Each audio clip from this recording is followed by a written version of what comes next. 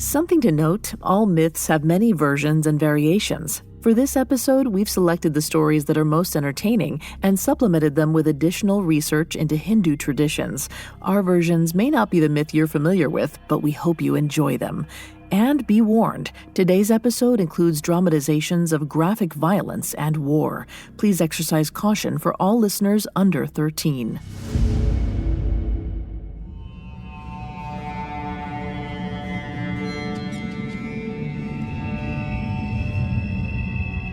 Sita pulled her knees close to her chest and shivered.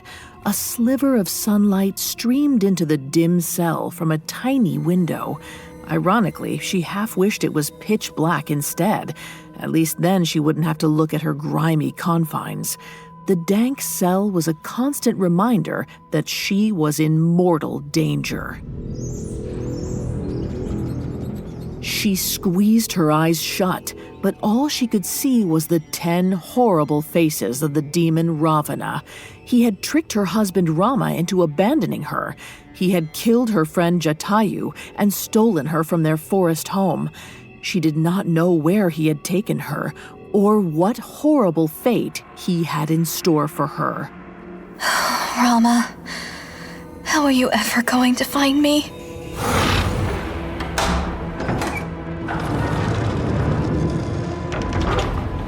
As soon as Sita spoke, she heard a sharp hiss. The door to her cell opened, revealing 20 red eyes peering back through the darkness.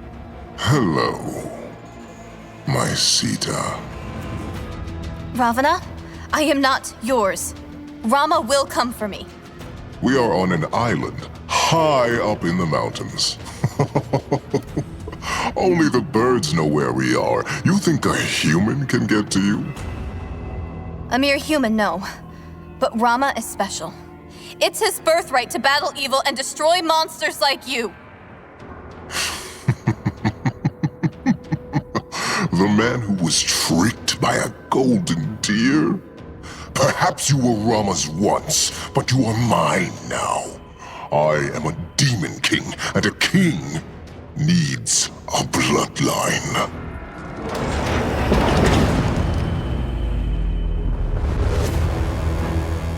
Ravana left, disappearing into the shadows. The door slammed shut behind him.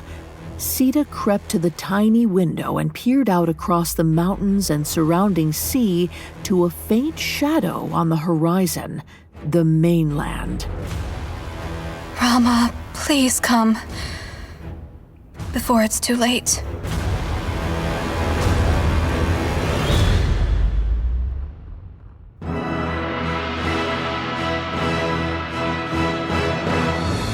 Welcome to Mythology, a Spotify original from Parcast. Every Tuesday, we present dramatic stories from ancient mythology and explore their origins. I'm your host and narrator, Vanessa Richardson. You can find all episodes of Mythology and all other Spotify originals from Parcast for free on Spotify. Today is the final episode in our 3-part retelling of the ancient Indian epic, the Ramayana. And all is not well. Rama's wife Sita has been kidnapped by the evil demon Ravana. Rama agonizes over her capture while waiting in the forest with his brother Lakshmana and Hanuman, the general and god of the Vanaras. But their wait is almost over. Finally, the time has come for Rama to confront Ravana and his army of demons. It's a battle that will decide Rama's destiny and the fate of the world. Coming up, Rama devises a rescue mission.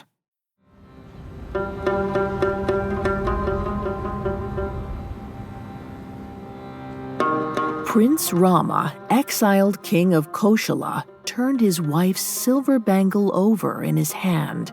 His heart pounded at the sight of it. He was overcome with love and fear. He looked up at Hanuman, god and general of the Vanaras, the race of monkey people who had long waited for his arrival. He only had one question. Where is she? Ravana has taken Sita to his island kingdom, Lanka. I fear that he He intends to make Sita his wife. Don't say such a thing! Sita would never betray me. She's pure and loyal. Ravana doesn't care about purity or loyalty. He only wants destruction and chaos. And he will take what he wants by force. Rama's fear turned into panic. He spun around to his brother Lakshmana. He always turned to him first. We must go now. Sita is strong, but who knows what Ravana will try to do to her? Brother, I thought you would want to go alone. You're the expert huntsman. I need your skills and stealth by my side. Of course, Rama. I'd be honored. Hanuman stepped between the brothers, his face grave. The journey to Lanka is too far for mortals. It would take you months by boat. Besides, if you go now, alone, you will surely fail. We must prepare for war together. I don't care about war. I care about Sita. She is light itself. I cannot just leave her in the belly of darkness. Then let me rescue her. You stay, practice your skills, train with my army. Absolutely not. I have a duty to my wife. My people have waited a long time for the Chosen One to defeat Ravana. Finally, the great Vishnu has sent you. This is your duty, your dharma. Ram, perhaps the monkey is right. Let him go. I'm a Vanara, not a monkey. You can trust me, Rama. You'll find her and bring her back to me? You have my word. But when I find her, Sita will not know me. I need to bring her something that proves I serve you. My ring. Sita knows this ring. She gave it to me on our wedding day. The ring of Lord Brahma? I will guard it with my life. When you see it again, it will be on Sita's finger. Hanuman took the ring and left Rama and Lakshmana in the cave with his people.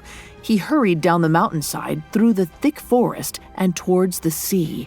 He could feel a swell of excitement bubble up in his chest as he ran.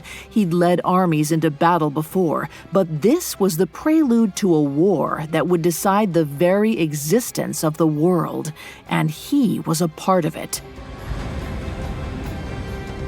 Hanuman stopped at a cliff on the edge of the forest.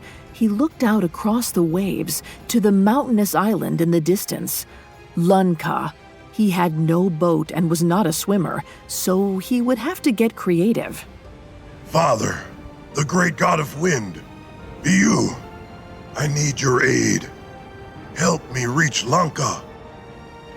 In a moment, Hanuman's legs filled with a dull, aching throb that felt like a bowstring pulled too tight. They quivered beneath him, a new strange energy waiting to be released. He took a deep breath, then raced towards the cliff and jumped.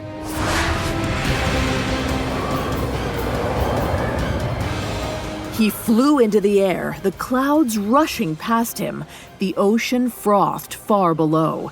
The feeling of flight was exhilarating. Soon the rocky beach came into view. He arced gracefully down and landed safely on the shoreline. Thank you, Viu. Sita, stay strong. Rama has sent someone to rescue you.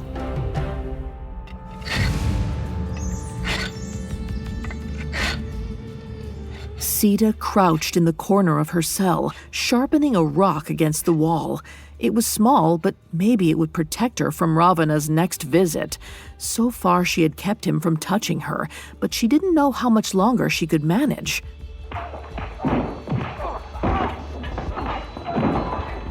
All of a sudden, she heard a commotion in the hallway. Her heart sank. Ravana must be back sooner than she expected. As the cell door opened, she hid the stone in the folds of her skirt. The answer is still no. No? No to what?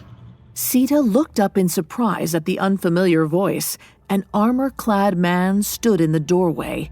Well, he wasn't quite a man. He had a furry face like a monkey and a tail that swished behind him. One of Ravana's Rakshasas, no doubt. I will not join your master in his quarters. I am married. Princess Sita, I was not sent by Ravana. I'm Hanuman, General of the Vanaras.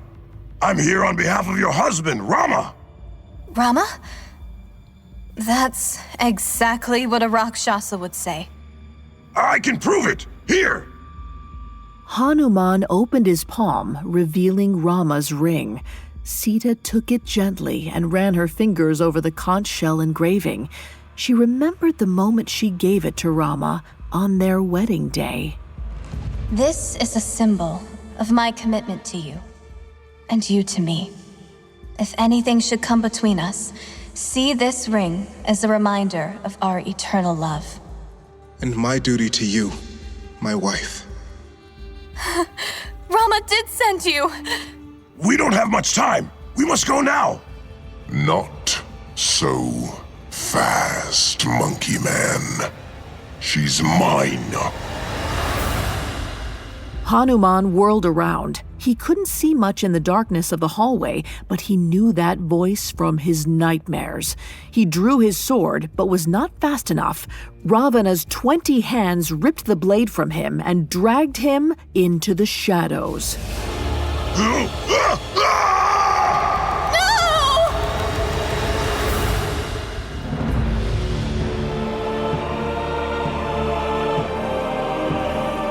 Ravana carried Hanuman to his throne room and tossed him to the cold stone floor. Hanuman looked around for an escape, but every exit was blocked by swarms of Rakshasas. Ravana settled into a throne of jagged black rock etched in Sanskrit. From his perch, the monster's 20 red eyes glared down at Hanuman. Ravana, you are the evil that drove my people from their homes, that polluted our forests with Rakshasas. I ache to destroy you. Sad. I don't ever remember you or your people. That's how meaningless you are to me. But don't worry. I'll put you out of your misery. How would you like to die? Dread knotted Hanuman's belly. He'd failed, but he reminded himself that he was a Vanara god, son of Vyu. He would be brave even in the face of death. You can kill me, but know this. Your end is coming. Vishnu has sent someone to kill you. His name is Rama. Fire it is. Hanuman's stomach churned as a monstrous fanged creature approached with a torch. The heat scorched Hanuman's face. He tried to jump back, but Ravana's guards held him firmly in place. Wait. Tell us more about this Rama. A man with blue skin stepped from the shadows. He had a jeweled crown almost as ornate as Ravana's. He dripped with menace, much like Ravana, and even though he was smaller, his eyes sparkled with cunning and deceit. Oh, shut up, Vibhishana. I don't want to hear more of your lies. There's a balance to the world, brother. So far, you've been able to exert your rule without upsetting it. But if this balance is in jeopardy, so are we. Monkey, is what you say true? I'm the son of the great sage Vishrava. I'll know if you are lying. I speak the truth. Rama is the only one on this earth who can defeat Ravana. And he will do it whether I'm alive or not. I've heard other sages whisper about such a man. No one can touch me, and it's foolish of you to say differently. Guards, the torch! Hanuman gasped. He could feel the heat of the flame through his armor. His fur grew slick with sweat. Vibhishana suddenly held up a hand. Stop! Is there not more value in sending him back to his people with a message? I suppose. But he does not have to be whole to carry a message. Ravana snapped his fingers. The torch was placed on Hanuman's tail. Hanuman smelled burning hair and felt searing pain coursing up his spine. He gritted his teeth to stifle a scream, but it was no use.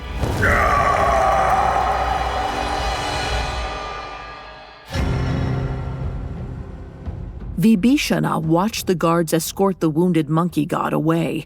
He turned to Ravana, who still sat on his throne. His brother seemed unsettled, irritated. He drummed one of his many hands on the arm of his chair. Rama! I am tired of hearing about this man. Someone please kill him so I never have to hear that name again. You're more worried than you let on, brother. No, it's just that they have offended me. They? Have you heard this news from someone else? Sita may have mentioned Rama and his so-called destiny. And you did not tell me? This stinks of dharma and truth. I'm worried the gods are involved now. You must release Sita and leave Rama alone.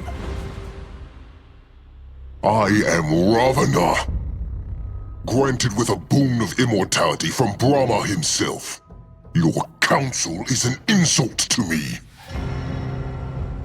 Ravana swept out of the room. Vibhishana watched him go. He closed his eyes and let the energy of the world run through him. He was a sage after all. When he listened, words of other wise men echoed in his ears.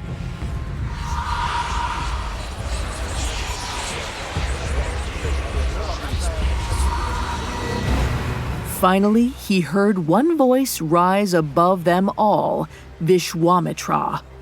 He will defeat Ravana. It is his dharma, his duty. But how will he do it? That is the question. In time, with guidance, he will find his path and restore our balance. The sun, born to defeat evil. Rama! I have been content living in my brother's shadow, but it seems as though his reign is coming to an end. War is coming, and I must choose the winning side.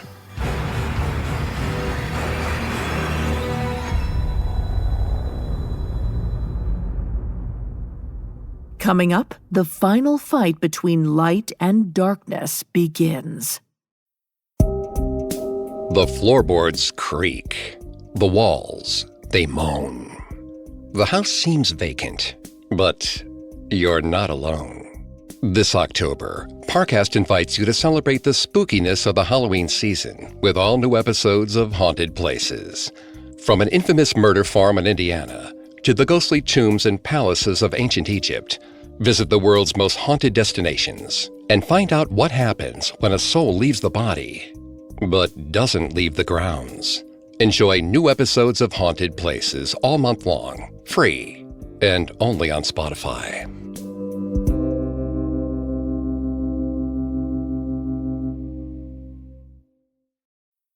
Now back to the story.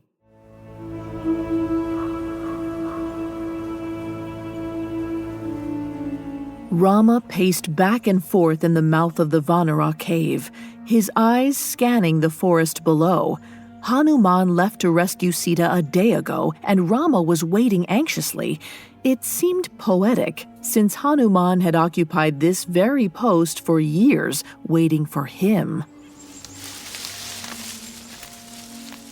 It was late in the day when Rama noticed rustling in the trees below. It was Hanuman. The monkey god burst from the forest and scrambled up to the cave. He was out of breath, cradling his tail in his hands. The appendage was scorched, burnt, and raw. You're back! Where's Sita? I'm sorry, my liege. I failed you. Ravana caught me. And I let you go. Who said that?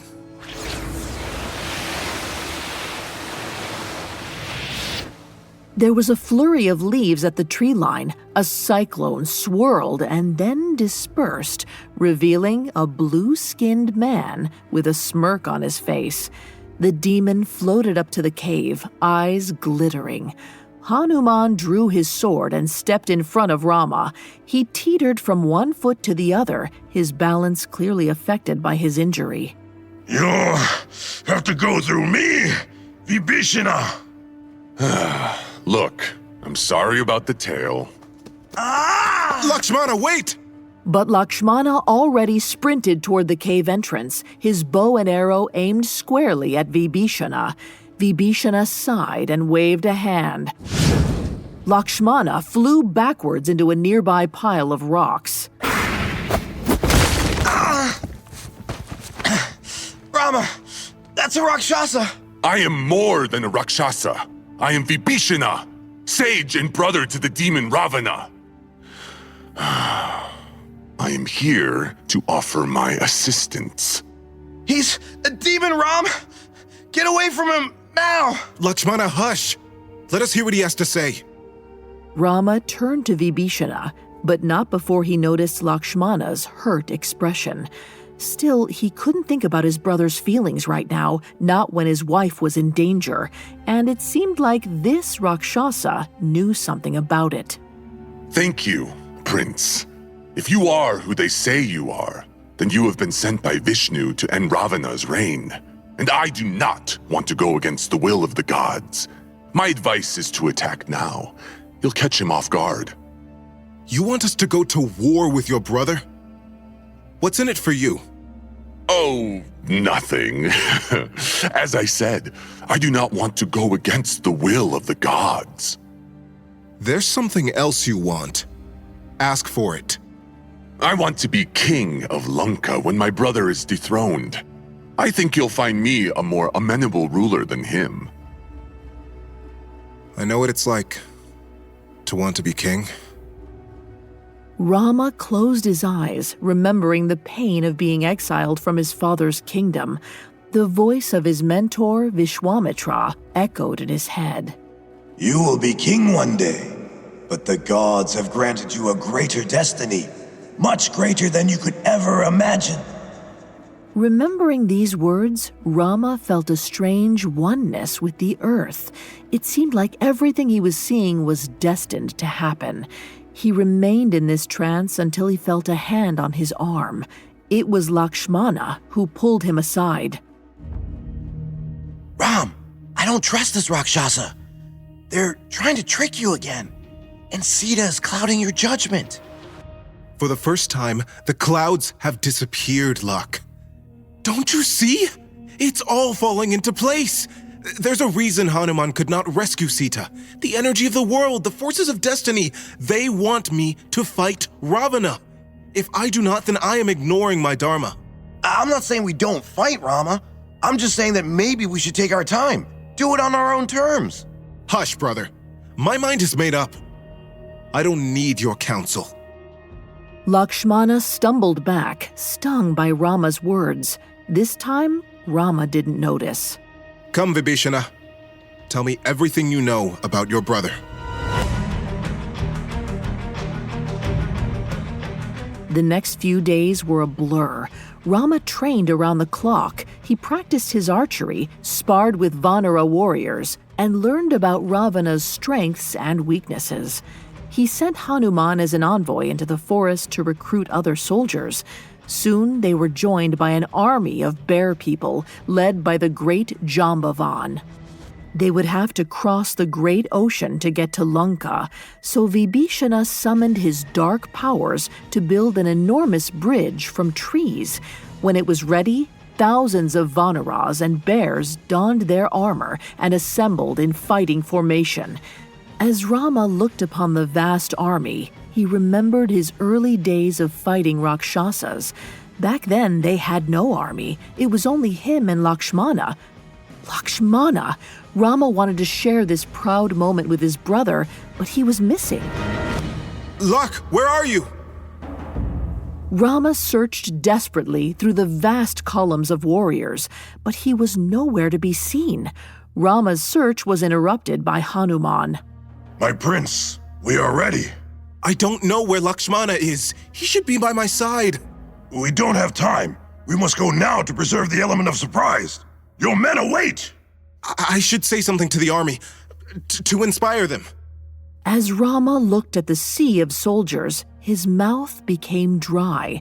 The words wouldn't come. How could he encourage thousands of warriors when he doubted himself?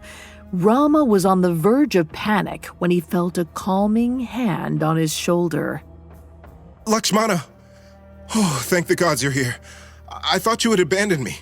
I thought you didn't need me anymore. You have Vibhishana now. Lak, I'll always need you. You're my brother. Rama and Lakshmana embraced. The hurt feelings evaporated, and they looked out over the armies. My advice is, tell them the truth. That's what we're here for.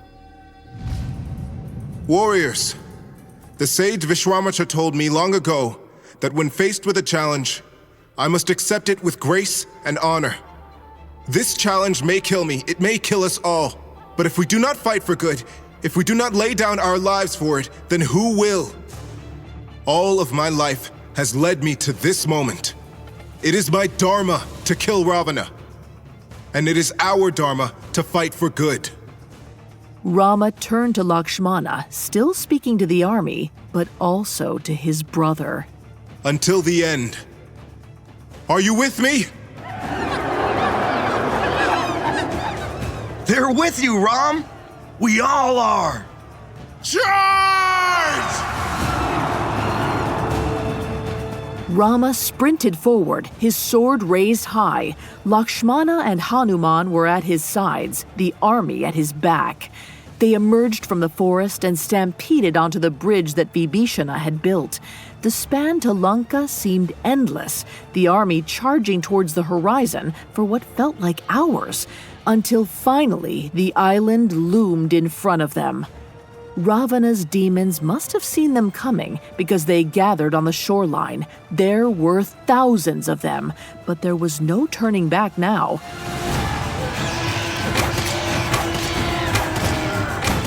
Rama drew his bow from his back and launched a flurry of arrows. His aim was true each time. Rakshasas fell around him. Battalions of Vanaras and bears rushed forward. They jumped on demons and hacked them with their weapons and teeth. Rama did not let himself get lost in the battle. He kept his eyes on Ravana's palace, shooting down every Rakshasa that stood in his way. As Rakshasa bodies piled up, Rama broke through the throng and onto the stairs that led to Ravana's mountain lair. When he looked up, his breath caught in his throat. Sita! Sita stood at the top of the stairs, looking over the battle. Her wrists were fastened with chains, anchoring her to the rocks. Her eyes widened in fear. Look out!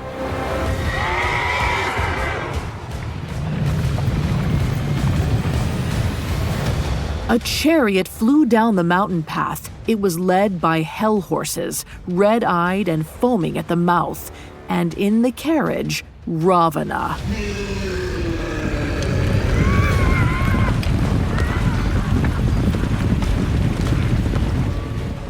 The 10-headed demon seemed swollen with rage. His 20 eyes burned, 10 rows of teeth bared. Rama dove out of the way, letting the chariot speed past the spot where he stood a moment before.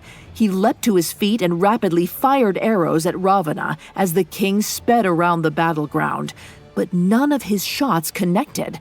As they flew, his arrows stopped in midair and turned into snakes.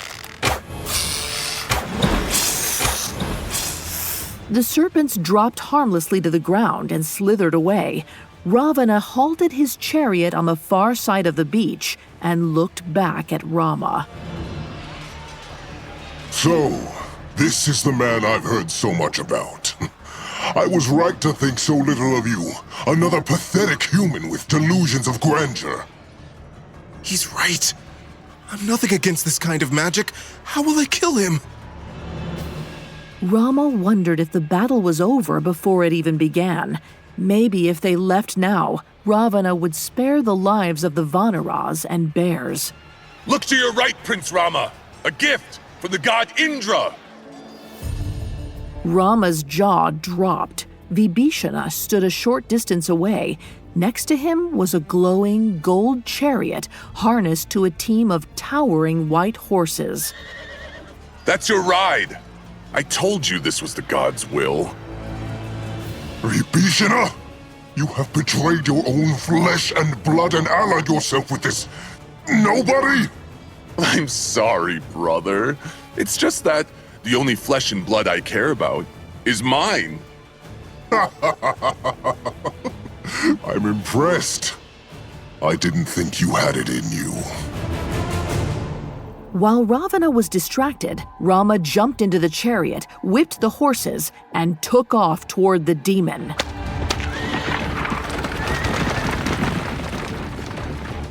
The horses were fast, very fast. Rama covered the distance between him and Ravana in a few quick moments. The 10-headed monster was still distracted by his brother when Rama raised his sword, ready to strike. But then he saw something that made his heart sink. Directly in front of Ravana, battling a group of Rakshasas, was Lakshmana. The horses and chariot were going to crush him. Rama barely had a moment to decide: plow over Lakshmana and kill Ravana, or spare his brother and miss the opportunity to destroy his nemesis. Rama dropped his sword and grabbed Lakshmana. They veered forward and the chariots collided.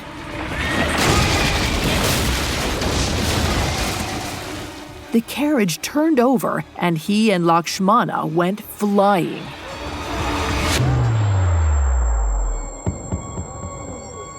Rama felt his skin scrape as he slid along the rocky ground. His head smashed into a rock, and the sounds around him faded. He looked at Indra's chariot through bleary eyes. It was destroyed, lying in shards. Lakshmana groaned on the ground beside it. Rama could not see Ravana, but he could hear his cold, mocking laugh. So much for Vishnu incarnate. Killing you will be easier than I thought. Then Rama's world went black.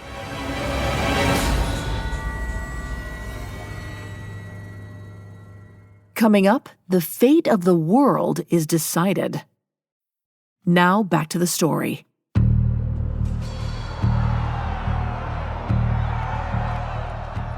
As Rama lay unconscious on the battlefield of Lanka, voices from the past swirled in his head. He heard his father. You were born to defeat evil, Rama. I have no doubt. There was his mentor, Vishwamitra.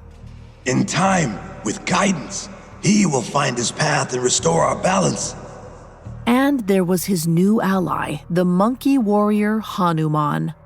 We've been waiting for Vishnu incarnate, the one who can save us. We've been waiting for you.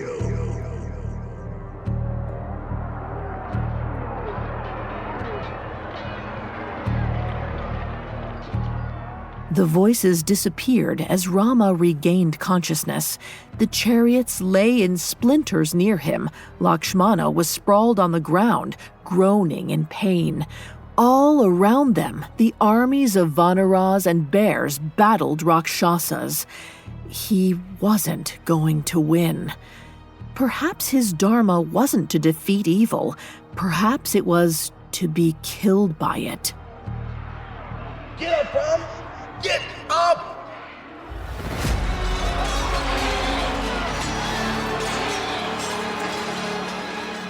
Rama felt a hand pull him to his feet. It was Lakshmana. Let it go, brother. It's over. He's too powerful. I can't kill him. You're right. You can't. Not alone. Remember when we were young, our travels with Vishwamitra? I knew how to feed you. It was I who handed you your bow and told you to fight. You may be the chosen one, the one born to defeat evil, but that doesn't mean you're destined to kill Ravana on your own. We can do it together. Lakshmana pressed Rama's bow into his hand and lunged at a nearby Rakshasa, spearing it with his sword. Come on, Rama! Just like we did back in Koshala! Lakshmana was right. They'd killed Rakshasas before together. They could do it again.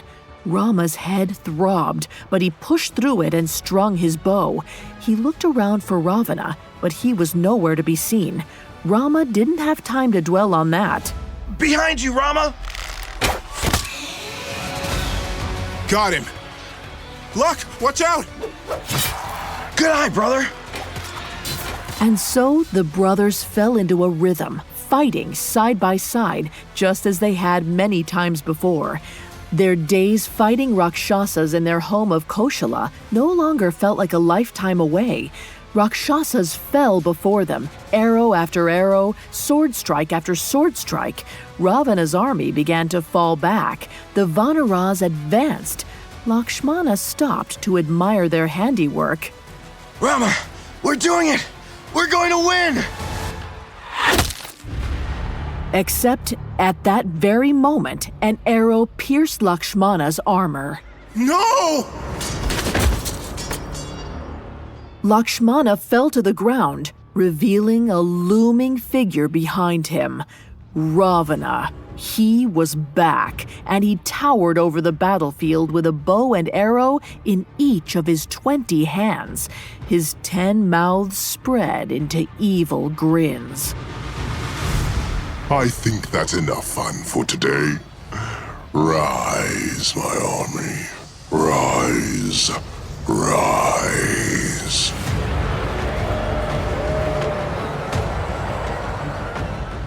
As Ravana whispered his incantation, all the dead Rakshasa bodies that littered the battlefield suddenly awoke. Bloody and mangled arms lashed out, pushing their bodies up. Even the ones missing limbs or heads stood and turned towards Rama. An army of the dead. Their advantage was gone. Rama's army was now massively outnumbered. Hanuman still fought bravely, but he was exhausted, injured. Vibhishana was nowhere to be seen. Rama had never been so afraid in his life. He'd faced Rakshasas before, but never like this, and never without Lakshmana, who stirred weakly where he had fallen.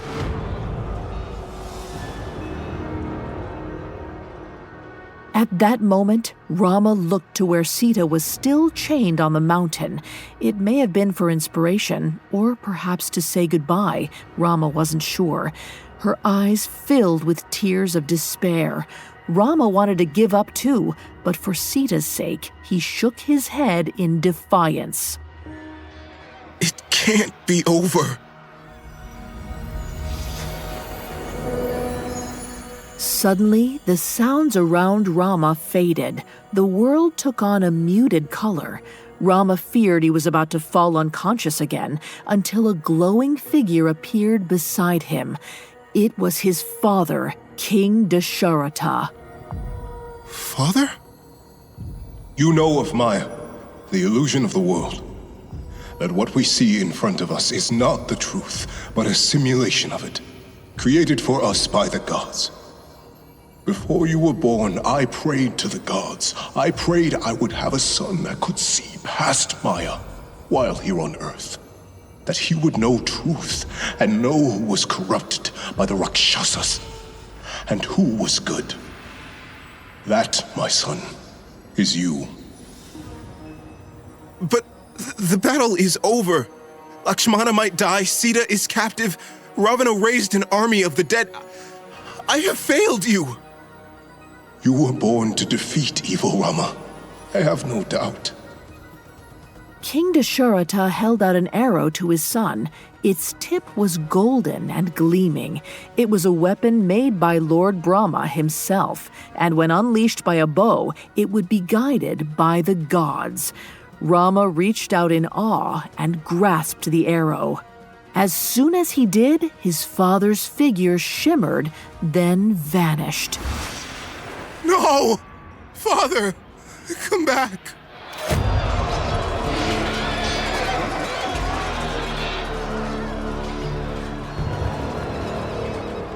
Rama stood on the battlefield in a daze, his father's words resonating like the string of a plucked sitar. With the sacred arrow in one hand and his bow in the other, he looked over the vast regiments of soldiers. The army of demon corpses marched inexorably toward the Vanaras and bears. Hanuman rallied his exhausted fighters, hoping to inspire them for one last battle. Lakshmana lay motionless on the ground, bleeding, and Sita looked down at them all from the cliff. So many have helped me get to this moment. And now, I'm the one who has to end it. Like my father said, what we see in front of us is not the truth, but a simulation of it. Rama, are you ready to die? Why shouldn't I be? Death itself is an illusion. As soon as Rama uttered the words, the army of the dead collapsed to the ground.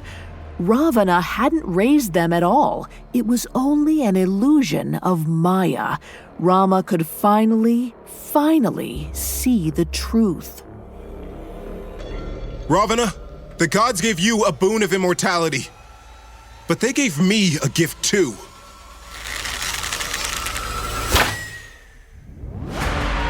Rama knocked the golden arrow and let it fly. It shot through the air, cresting upward until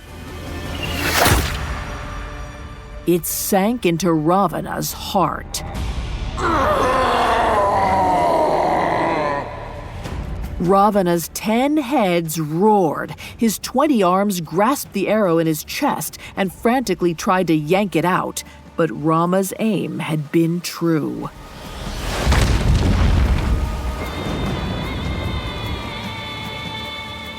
Within seconds, Ravana went limp and collapsed to the ground, motionless. Without their leader, the horde of Rakshasas retreated toward the mountain. With the evil army on the run, Rama rushed over to Lakshmana. Hanuman was already tending to the wound. He'll live. Go to your wife. Rama peered up to Sita, where she was chained on the mountain. Her tears had dried, and her eyes were full of hope and relief. It reminded Rama of the first time he had seen her, when she stood on her balcony with attendants draping flowers around her neck and hair.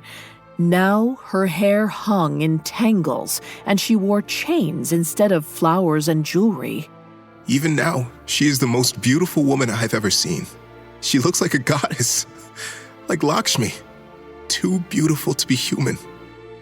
Sita met his gaze and beamed. It was the greatest sight Rama had ever seen.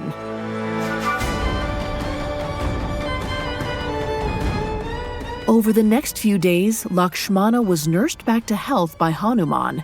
For his assistance in battle, Vibhishana was appointed king of Lanka. He ensured the surviving demons would make peace with the Vanaras.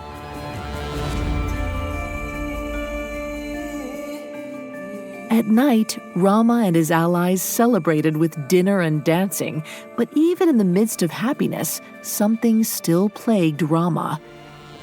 It was Sita. Ever since her captivity, she seemed different.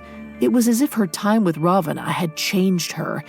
As Rama thought about it, he couldn't help but remember what Hanuman had once told him. Ravana has taken Sita to his island kingdom, Lanka. I fear that he intends to make Sita his wife. One night, Rama pulled Sita aside. My dear wife, I am relieved that we are reunited. But I must ask what happened when you were with Ravana. Please, Rama. I just want to forget all about it. Your reticence makes me feel like you're hiding something. Rama, after all we have been through together, you doubt me? Ravana wanted you as his wife. Am I to believe that he did not force you to fulfill all the duties of a wife? You think that I've been unfaithful? I gave up my family, my title, everything to follow you into exile. Shall I prove myself yet again? I'm not saying that. But if there were a way, Fine. I'll build an inferno and walk through it.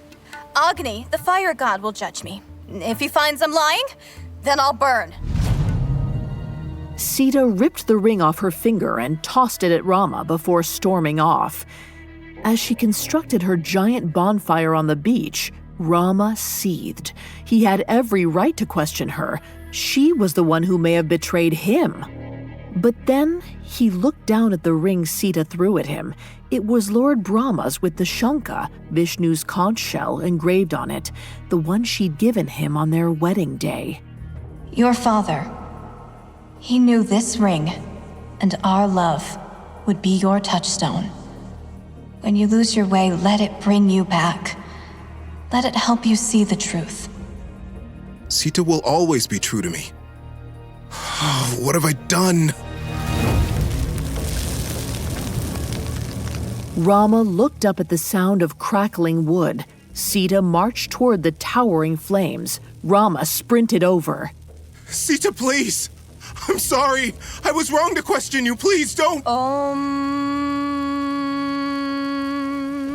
Asato ma sagamaya tamaso ma jyotirgamaya myetor ma amritam gamaya Om Shanti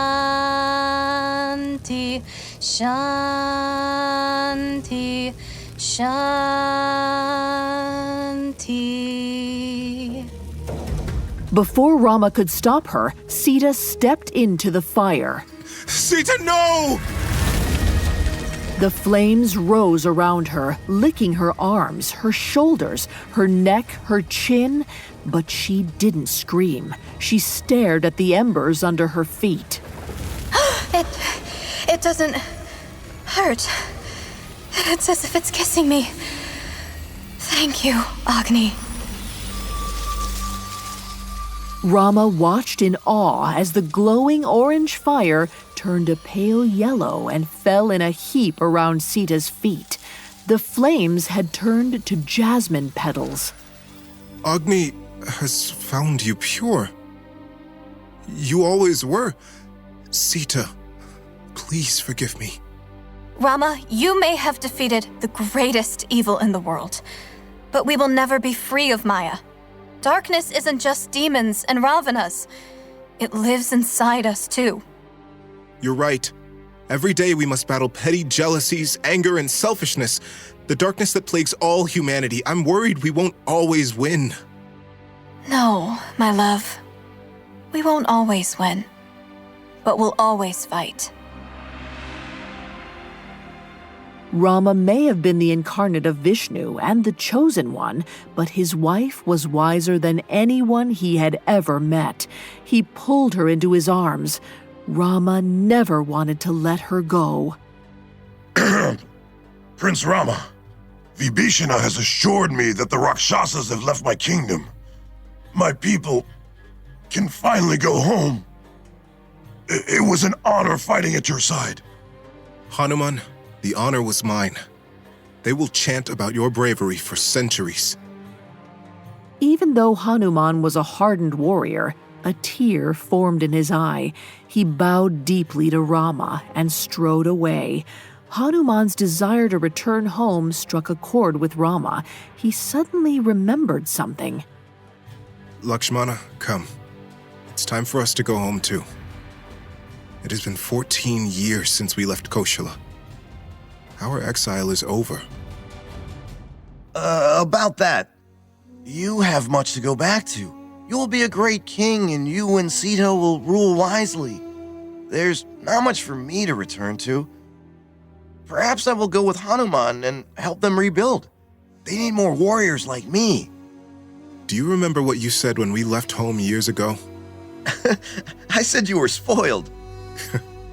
You also said there's room for 3 in that carriage. We set out as 3. We will return as 3. I could not have saved the world without you. No amount of power or glory will change that. All right, Rama. Let's go home then.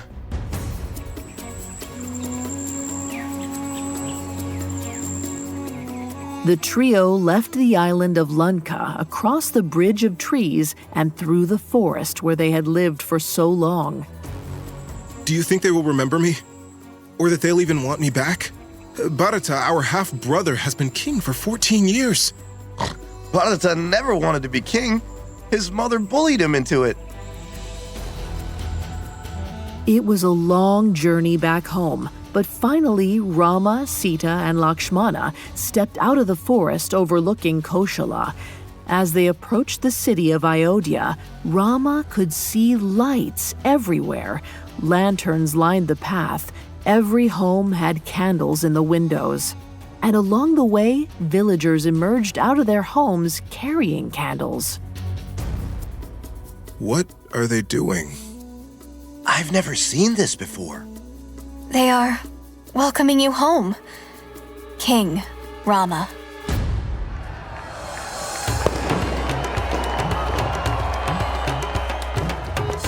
When they reached the center of Ayodhya, the entire city erupted in celebration. Everyone cheered. Fireworks lit up the night sky. King Bharata stood at the gates of the city, welcoming Rama with open arms. Rama let the people of Koshala lead them the rest of the way to the palace, out of the darkness and into the light.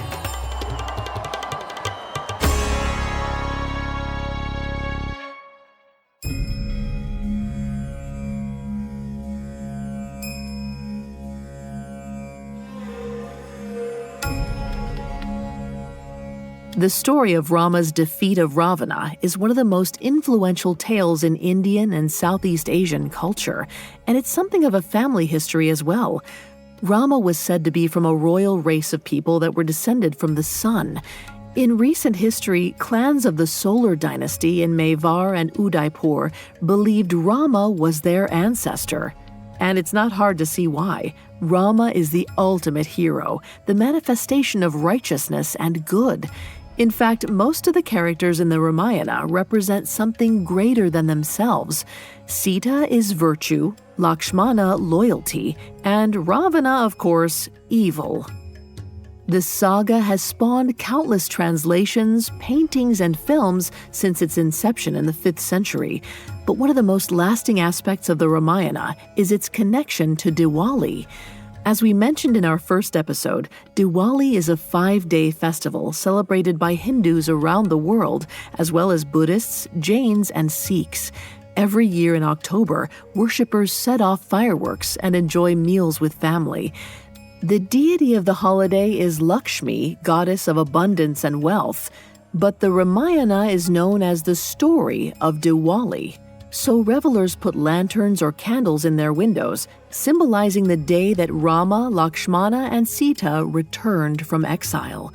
In fact, the word Diwali is derived from the Sanskrit word Deepavali, translation, row of lighted lamps. Not all of us can relate to battling a demon, rescuing our spouse, or being exiled to a forest for years before we can be king. But we have all been faced with a choice between what is right and what is wrong. And we must do our part in choosing good over evil. Diwali champions moments of light, no matter how small. The holiday tells us it's up to everyone to help drive out the darkness. So, to those who are celebrating, we have this to say. May the festival of lights fill your life with the sparkle of joy, fresh hope, bright days, and new beginning. We wish you and your family a very happy Diwali.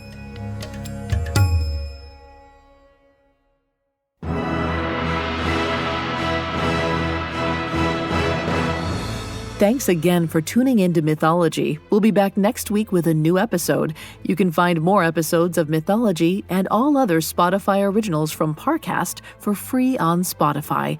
We'll be back next week with another epic story.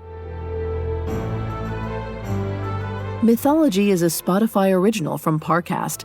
Executive producers include Max and Ron Cutler, sound design by Brian Golub, with production assistance by Ron Shapiro, Nick Johnson, Trent Williamson, and Carly Madden. This episode of Mythology was written by Kate Murdoch, edited by Adam De Silva and Robert Teamstra, fact-checked by Haley Milliken, researched by Adriana Gomez, and produced by Freddie Beckley. The amazing cast of voice actors includes Dinesh Alvis, Zelda Diana Black, Brian Kim McCormick, and Charlie Wess. I'm Vanessa Richardson.